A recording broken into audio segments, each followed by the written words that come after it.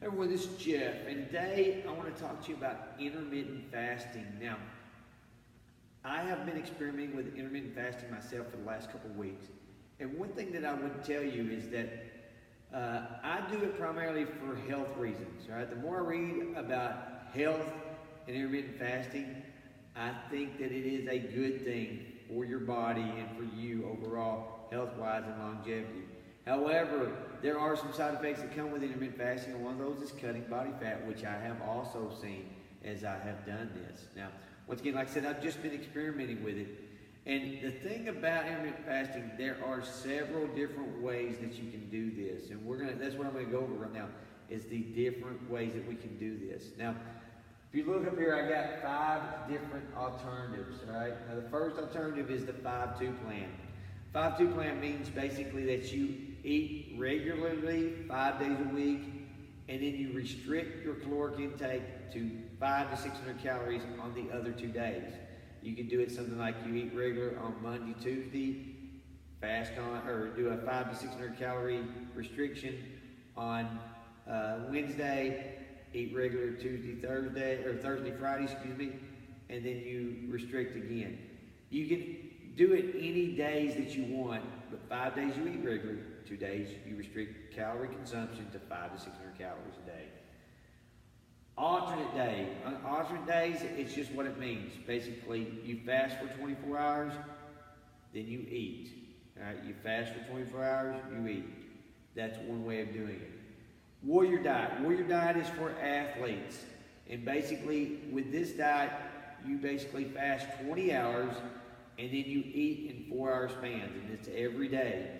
And in that 4-hour span, you consume all your calories, but then during that 4-hour span or right after, you work out as well. Make sure you put your workouts right after or during the eating period. Eat, stop, eat. What that means is basically you eat regular for 5 days and you completely fast for 2 days, right?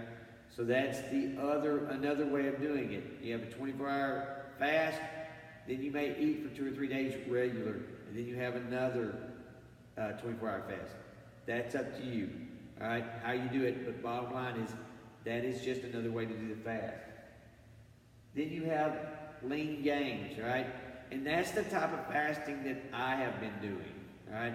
And bottom line is basically you only eat within certain time periods, meaning I've been doing the intermittent lean gains, which basically means 3 days a week, I only eat between a 6 to 8 hour time frame, right?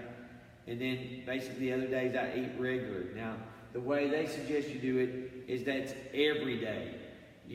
What you do is you skip breakfast, you eat lunch around noon, and then you eat your dinner meal somewhere around 6 to 8 o'clock, and then you start the process all over again. So those are some options for you as you basically go through and maybe try some of this intermittent fasting.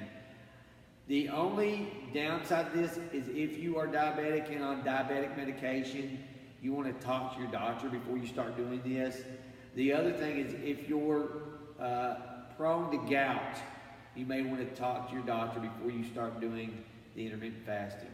So with that said, and someone asked me this morning, what if I drink my coffee, right? Would that be considered still in the fast? As long as it's not got any kind of sugar or creamer in it, you are fine, all right? Water is fine. Things that are non-calorie are fine during the fast, right? In fact, I encourage you, drink as much water as you can during your fasting time.